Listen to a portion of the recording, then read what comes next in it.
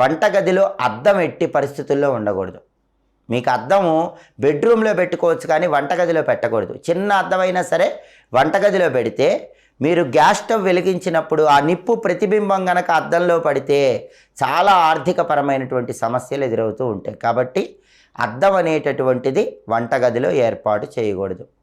అలాగే వంటగదిలో మందులు, మాత్రలు అవి ఉంచకూడదు. చాలామంది ఏం చేస్తారంటే మహిళామణులు ట్యాబ్లెట్స్ అన్నీ వంటగదిలో పెట్టుకుంటారు. అవసరమైనప్పుడు సులభంగా వేసుకోవచ్చని వంటగదిలో మందులు పెట్టుకోకూడదు. వంటగదిలో మందులు పెట్టుకుంటే అనారోగ్యం అనేది క్రమక్రమంగా పెరిగిపోతూ ఉంటుంది. అలాగే వంటగదిలో విరిగిపోయిన పాత్రలు ఉండకూడదు. చిల్లులు పడ్డ పాత్రలు ఉండకూడదు. సొట్టలు పడ్డ పాత్రలు ఉండకూడదు. తుప్పు పట్టిన పాత్రలు ఉండకూడదు. అలాంటి వంటగదిలో ఉంటే అన్నపూర్ణాదేవి అనుగ్రహం తగ్గిపోతుంది. దానివల్ల ఆర్థికంగా